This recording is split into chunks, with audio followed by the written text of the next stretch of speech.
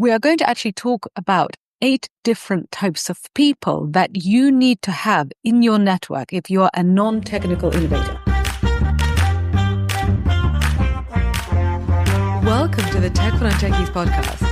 I'm your host, tech entrepreneur, executive coach, and Chicago Booth MBA, Sophia Matveeva. My aim here is to help you have a great career in the digital age. In a time when even your coffee shop has an app, you simply have to speak tech.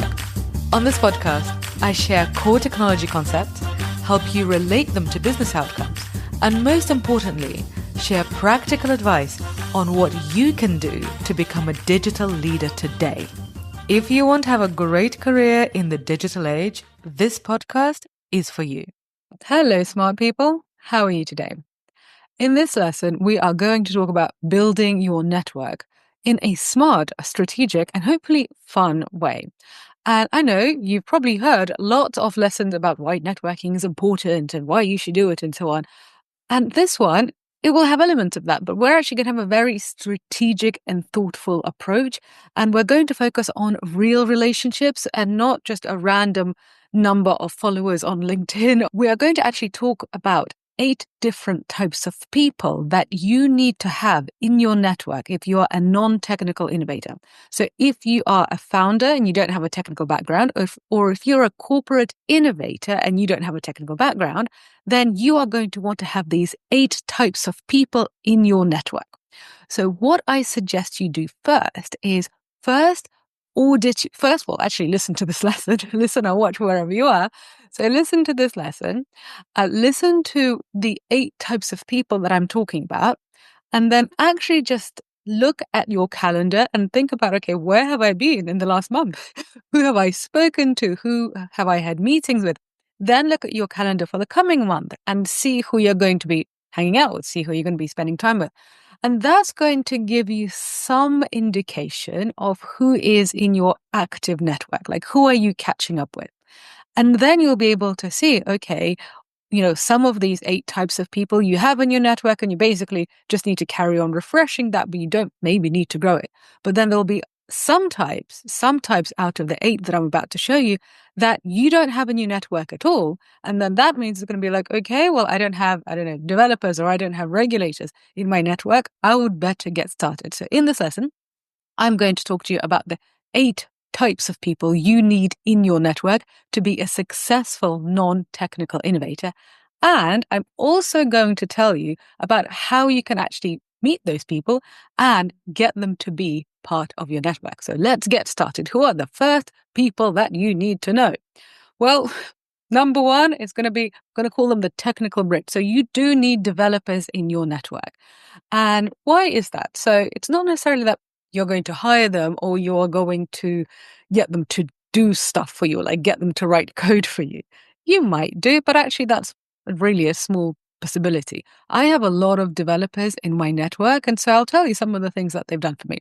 So some developers, I literally just ask them for advice when I'm working on something with a technical team, and I want to just have an outside expert, just an outside view from somebody who I know basically likes me and wants me to do well. I'll say to them, look, we're working on this thing. I'm not sure about whether this is feasible or whether this is a good idea or whether the costs are kind of spiraling out of control.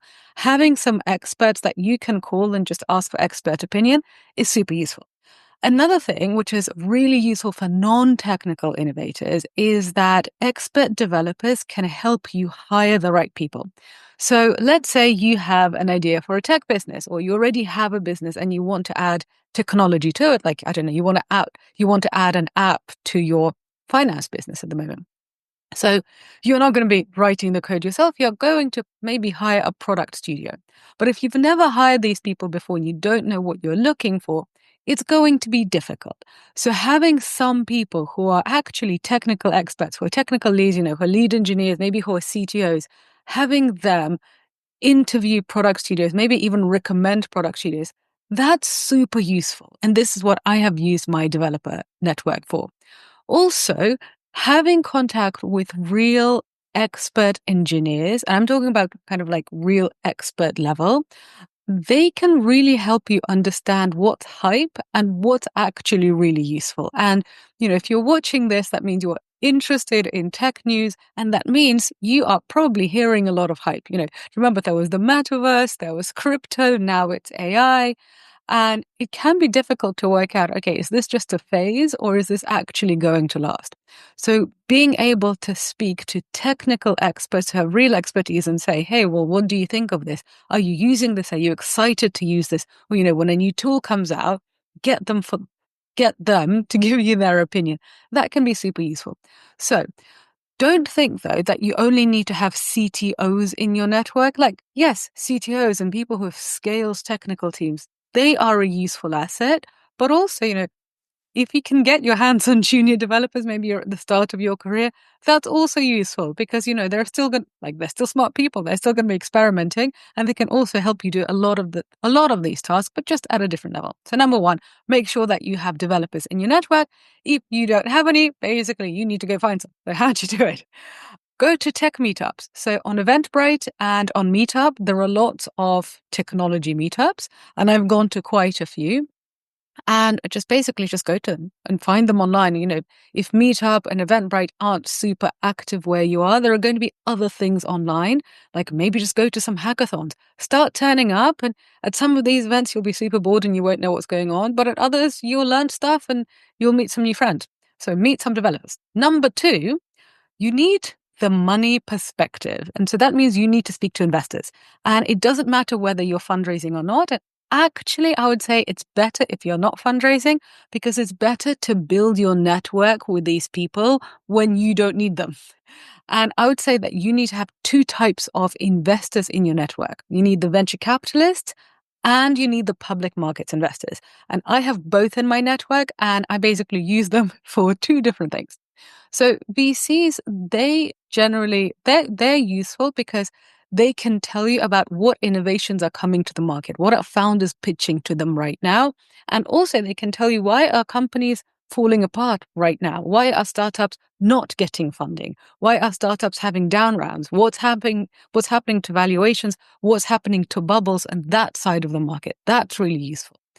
And also public markets investors, they really focus on the numbers. So VCs often focus on the vision because the actual specific metrics of a startup, usually, well, they're not very good or they don't exist. Or, if the startup is making revenue, it's totally wildly up and down, because venture capital is all about investing in innovation. So if you want to invest in innovation or you want to understand how that works, VCs are your place to go. But public markets investors, they're much more, let's call them spreadsheet people. They're watching this, they'll hate it, but you know what I mean? They have these really long, big spreadsheets, discount cash flow evaluations, and essentially they would take a company's revenues and profits, and then they would extrapolate them to basically make predictions about what's going to happen next. So they are very metrics driven, and so kind of less hype driven. And for a good example of that, you can look at what happened when WeWork tried to IPO, and WeWork was all hype, which got private investors to back them. But when they went to the public market, they basically said no. This is why having these people in your network, just for sense check to see what they're investing in, to understand why public markets are reacting in specific ways, it's really useful. So how can you meet both types of people, both VCs and public markets investors? So alumni groups are a really good way to do it. So if you went to business school, you went to, or you did a master's, or even if you did undergrad, there will be some sort of alumni networks, alumni evenings, alumni extra classes. That's a good way to meet these kinds of people. Also, ask your existing network. So who actually knows investors, and just say that you want to understand their perspective. And the key thing is say, I'm not looking for funding. I want to understand the perspective of venture capitalists or public markets investors on this particular sector. So if you say that you are not fundraising, but you just want to get their perspective on a particular sector, or maybe on a particular company or in a particular trend, you're much more likely to get introduced to somebody, and then they'll have a Zoom call with you. And, if you ask them interesting clever questions, then they're going to think, oh, this is an interesting person. I might do that again. Or they might then introduce you to somebody in their network and you build up from that. But the key is don't ask for money, right? Because if you basically just ask for introductions in order to get cash, a lot of the time it doesn't work. So there's actually this phrase in the startup world, which is ask for money, get advice, ask for advice, get money. Anyway, that's a subject for another lesson. It is actually true. I have used this. But anyway, so the two people you need so far are developers and investors. Okay, who else do you need? You need to have people that I'm going to call vision expanders. And vision expanders are basically people who are super mega successful. Get the most successful people you can get your hands on. Can you somehow, through somebody, meet a Fortune 100 CEO? Can you meet a very successful hedge fund manager? Sorry. Can you meet somebody who is in the C-suite of a massive company? And these people, again, this is not about asking them for stuff. It's actually more about inspiration and about seeing these people in their natural habitat and kind of getting acclimatized to them. So this is kind of a bit more, maybe a bit esoteric, but what I mean is that, if you are very ambitious, which is, I'm assuming why you're watching this lesson. So if you're very ambitious, then you put super ambitious people on this pedestal and they're kind of like up there and you feel like you're there. And then you look up to them and you kind of start thinking that maybe they're superhuman. And actually, when you do spend time with these people and you build relationships with them, then just seeing the fact that, they're humans, they get tired, they overeat, they might have one too many donuts one day, or, they get stressed, all the kind of normal human foibles. And then you see that actually, they are like me, I am like them, but they have done these things that I haven't done. So let me see what I can do too. So just being around these people can actually be inspiring and helpful. And so their mindset, some of their behaviors can rub off. And also, I just find that it helps me see what's possible. So I'll give you an example. Last week, I went to see a friend of mine, and he runs a private equity business that he started. And he is really successful. I mean, my company is successful, but his company is doing extremely, extremely well. They own several well-known brands. So, well done him. And it was really inspiring to go into his office and to just see what he's built and to, I was thinking, oh, this is good on you. This is so awesome. Okay, so this is what we get to build. This is what we get to do. Okay, I'm going to go do that now. Even though he is in private equities and finance, I'm not in finance. I used to be. I'm now doing something else. Seeing somebody who is one of my peers achieve something incredible makes me go like, oh, okay, yeah, I'm going to do that too. So that's super, super inspiring. So you might be thinking, okay, well, this is really useful, but how am I going to go and meet a private equity mogul? I totally get you. So I'm going to tell you how I've done it and I'll give you some tips. So a little while ago, I used to write for Forbes. So I had a column in Forbes writing about my startup journey. And in that column, I basically just made an effort to interview very successful people. And specifically, I was interviewing non-technical founders and investors who invest in non-technical founders. And to be honest, when I had the Forbes name behind me and I was reaching out to very successful people whom I didn't know, a lot of them responded. And you might be thinking, okay, well, this is great. Should I start writing for Forbes? Well, to be honest, yes. Whether it's Forbes or another publication, there are kind of less high profile brands that you could be writing for, like maybe for your alumni magazine or for a startup blog that already exists. So you could be doing that. But to be honest, right now, I don't write for Forbes anymore. And I have the Tech for Non-Techies podcast channel. So there is the podcast and now there's the YouTube series, and YouTube's a bit younger than the podcast. But Tech for Non-Techies, it's a good brand, but it's nowhere near as big as Forbes, right? But I have the same effect. So now I can actually write to extremely successful people and say, I heard about what you were doing. I think this is really interesting. I would like to have you on my show. And then I basically say, okay, in order for you to go on my show, we need to have a quick conversation to discuss what we're going to talk about. and then we have a recording. So by the time I finish the recording, I already spoken to this very successful person twice. And if we get on, if we enjoy our conversation, then basically the relationship builds.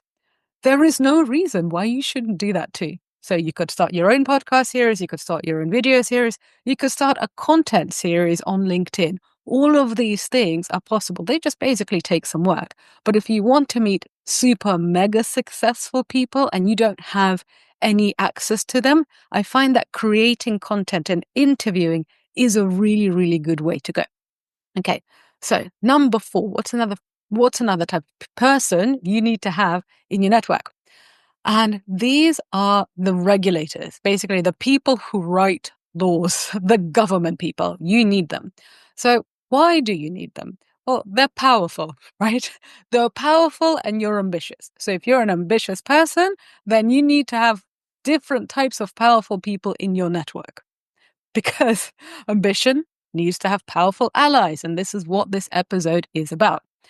So, especially in the tech world right now, especially with AI, there is so much discussion about regulation. And some new regulations that are coming in, I think, are wonderful. Some of them are idiotic.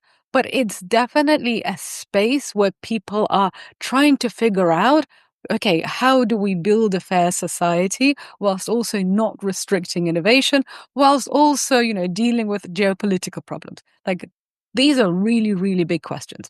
So if you intend to build a very successful company, or if you intend to be at the helm of a very successful company, or if you intend to invest in very successful companies, you need to understand the regulatory landscape. You need to understand, okay, what laws do I think are going to come in? You also, frankly, might want to have an input into these laws. You might want to say to regulators, you know what, I think you're missing something. Let me add my perspective. So also, frankly, if you have access to regulators and you know what they're talking about and you know what's coming, it makes you look very knowledgeable and very important. And that's basically really good for your image. Okay, so how do you do this? Again, I am not suggesting that you need to somehow go and meet, country presidents and get a seat in the Senate. I mean, if you could, great. By the way, don't call me and tell me how you did it. But I'm not suggesting you do that. So there's a much more kind of low-hanging fruit. So you can join industry associations. You can basically do that for a very small amount of money. You can participate in working groups. You can contribute to committees. So I know in the UK, there are parliamentary committees. In the US, there are also several equivalents of that. Also, you could start smaller. So maybe start with your local region. You don't have to start with the international bodies, but start meeting people, start seeing where there are regulators. And you know how I did it? I knew that I needed to have regulators in my network. So I kind of looked at this eight groups of people that I'm telling you about. And I saw that my big gap was regulators. And I was thinking, God, how do I meet these people? And I was kind of doing all the things that I'm telling you about, and it was happening. But I just wasn't meeting exactly the right people. Like I kind of knew which department I wanted to speak to. And this was in London. And what happened was that I was invited to speak at a panel. And it was a panel discussion on something that I wasn't particularly interested in. And, the audience was really small. And basically, I was about to say no. But then I saw that one of the other panelists was going to be from basically the tech ministry in the UK. And I thought, okay, you know what? I'm going to go. I'm going to be super professional. I'm going to be amazing. And I'm going to be extremely charming to this person from the government. And it works. I was extremely charming and, invited that person out for lunch. We had lunch, ended up basically actually becoming friends. And now I can call her. I can understand what's happening on their end. And basically that helped me get invited to all sorts of interesting things and have a different view, have a richer view of what's happening in the tech landscape. So these people can be a bit harder to find, but panel discussions, going to networking events where they are, that can really help. Okay, number 5, you need your tribe of outliers. Okay, if you're watching this, you are an ambitious person and you want to do things with your life and you want to invent things. So either you want to invent a whole new company, or you want to invent a different part in a corporate. Maybe you want to invent a new product, a different product line. Maybe you're leading digital transformation. Anyway, you get my point. You are doing something big and risky. And what do most people do about risky things? Most people avoid risky things like the plague. Not you. You are actually running towards the risky thing. So if you are the only person in your network who is doing risky things, first of all, you're going to be really lonely and that's going to be a bit sad. But also, it's likely that your ambition is going to be kind of suppressed by all of these very risk averse people. And, it happens to me, it happens to the best of us, it happens to all of us, because basically, as humans, we kind of absorb the atmosphere and then we start adjusting to it. So then your job is to make sure that you are in an atmosphere that inspires you as opposed to brings you down. So think about it. Think about this is actually quite personal. Think about your friends. Think about who you are spending time with. Are they founders? Are they successful founders? Or are they founders actually doing something? Are they innovators? Are they inventing something new? Or, are they just trying new things? Or are you constantly spending time with people who are just really happy with the status quo? If you are spending time with people who are happy with the status quo, do not try to change the people, but just add those outliers. So, what are some good ways to do that? So, if you are in a startup, joining an accelerator program, but a good one, can be really useful because actually the network and just kind of being in a group of people who are all creating something new, that's really, really exhilarating. So, joining an accelerator can be good. Also, just joining courses where you get to interact with people. So, for example, when I teach my Tech for Non-Technical Founders course and I teach it in person, and people come who want to create products and they don't have technical backgrounds. And I remember in my last class, we had 30 people and it was wonderful. We were meeting up twice a week. Yes, we were in class, but also people were talking to each other and so many friendships were formed and I had so much feedback from the students that yes, they loved the learning, but they also just loved being in a community of people who are doing things that they're working on as well. So, like, they're in the community of peers.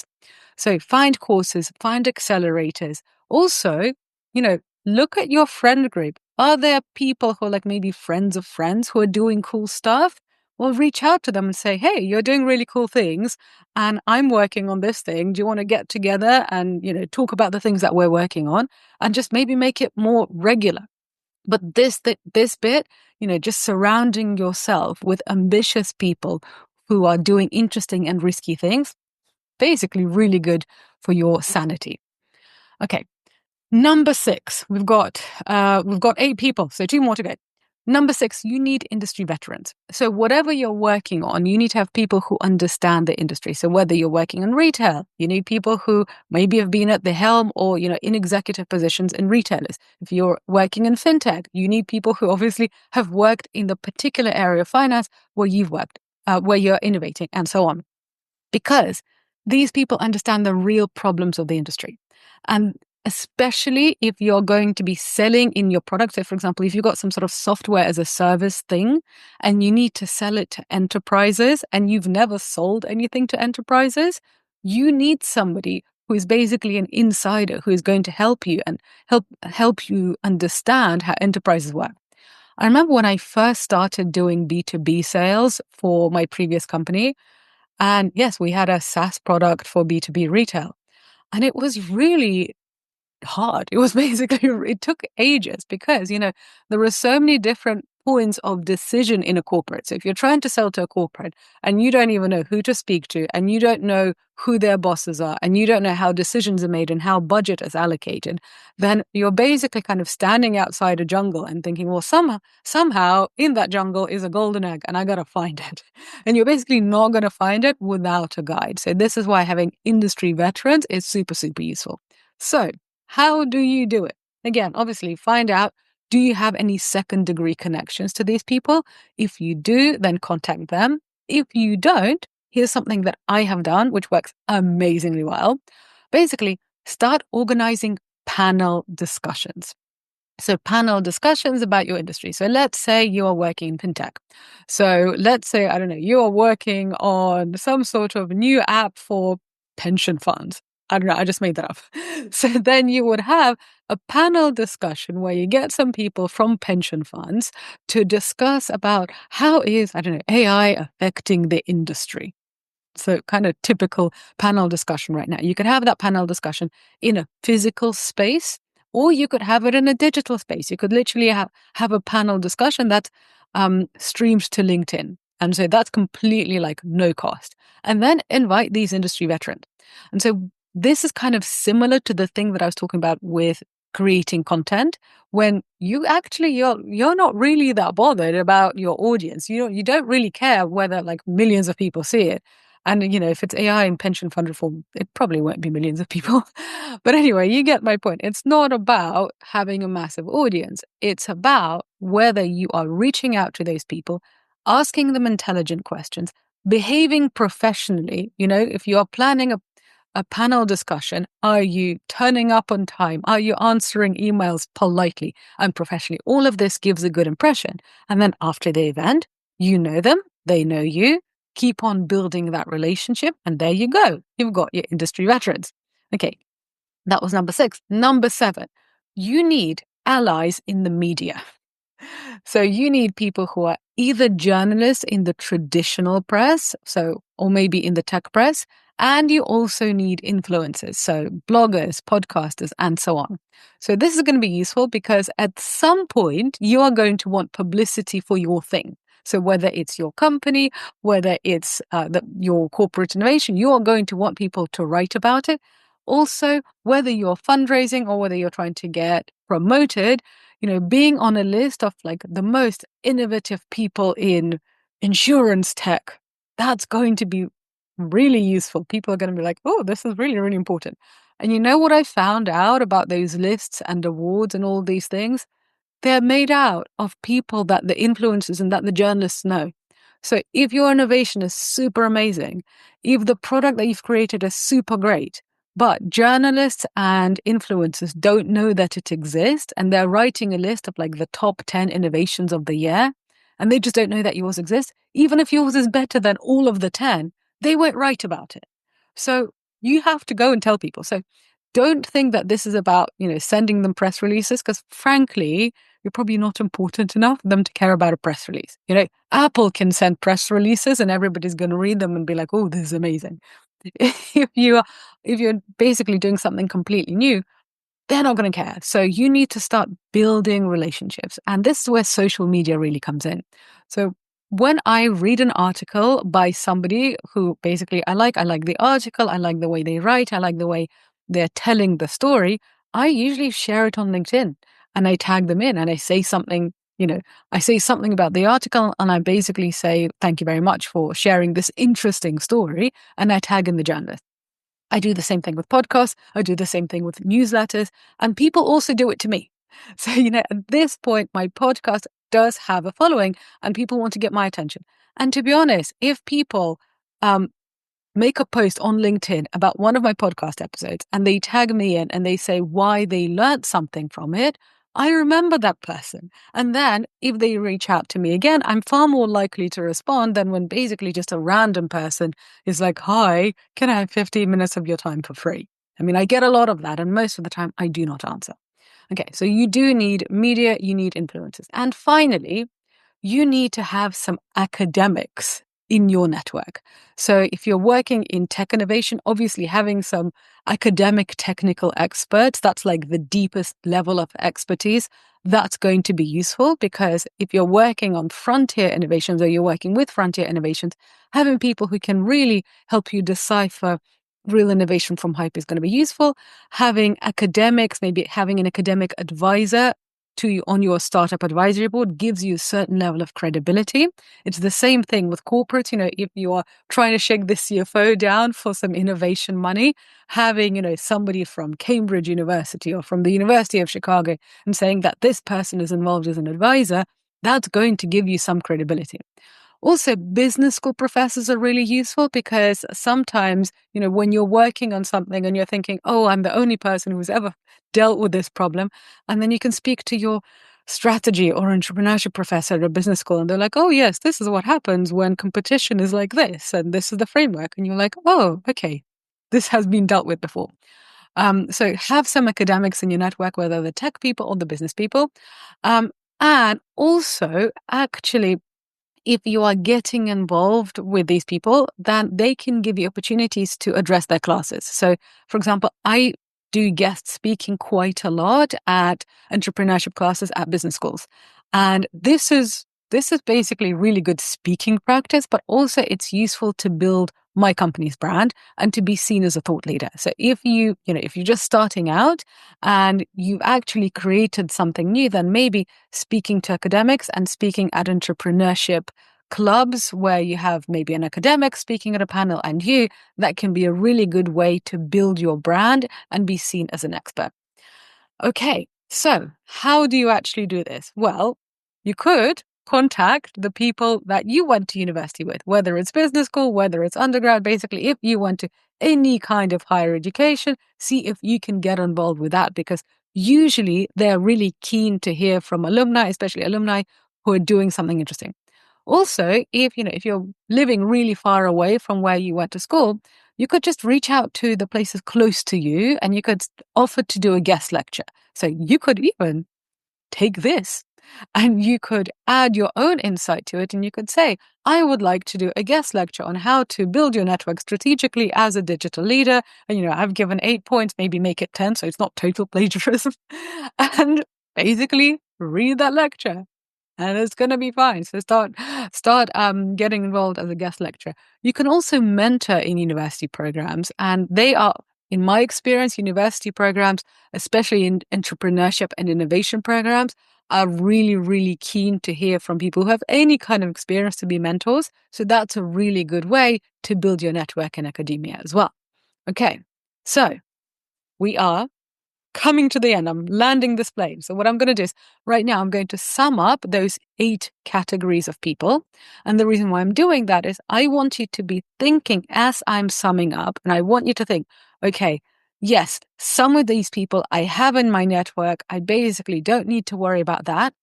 But these other people I don't have in my network, okay, I'm going to make it a point this month to start building my network with these people. So number 1, you need the technical bridge, and these are the developers. Number 2, you need the money perspective, and these are investors, both venture capitalists and public markets people. You need the vision expanders, and these are the mega successful people. The more successful, the better. You also need regulators. That's your regulatory radar, the people who are basically going to be writing the laws or consulting, advising on the laws. You also need your tribe of outliers. And these are your fellow very ambitious people. Because if you're surrounded by people who don't want to change, who are not very ambitious, even if you're very ambitious, you're just going to be squished down. And I don't want that for you. Okay, number 6, you need industry veterans. So for whatever industry you're in, whatever industry you're innovating in, you need people who are basically really important, very knowledgeable in that industry. You also need media and communication allies, so people in the press, journalists and influencers and podcasters. And finally, you need people in academia. They give you a different perspective and also they lend you a lot of credibility. So my advice is audit your network and then just get one of those categories and think, okay, for this month, I'm going to focus on building my academic network and just go and get on with it. And after that, let me know how it goes. Okay, so be strategic. You can do this. I've done this. It takes time. But you know what? All good, important things take time. So you've got this. Thank you very much for watching. Thank you very much for being with me today. If you found this useful and interesting, then press the like button below. Or if you are listening on Spotify or on Apple, then please leave the show a rating and a review. Thank you very much for spending your time with me today, and I'll be back with you next week. Ciao.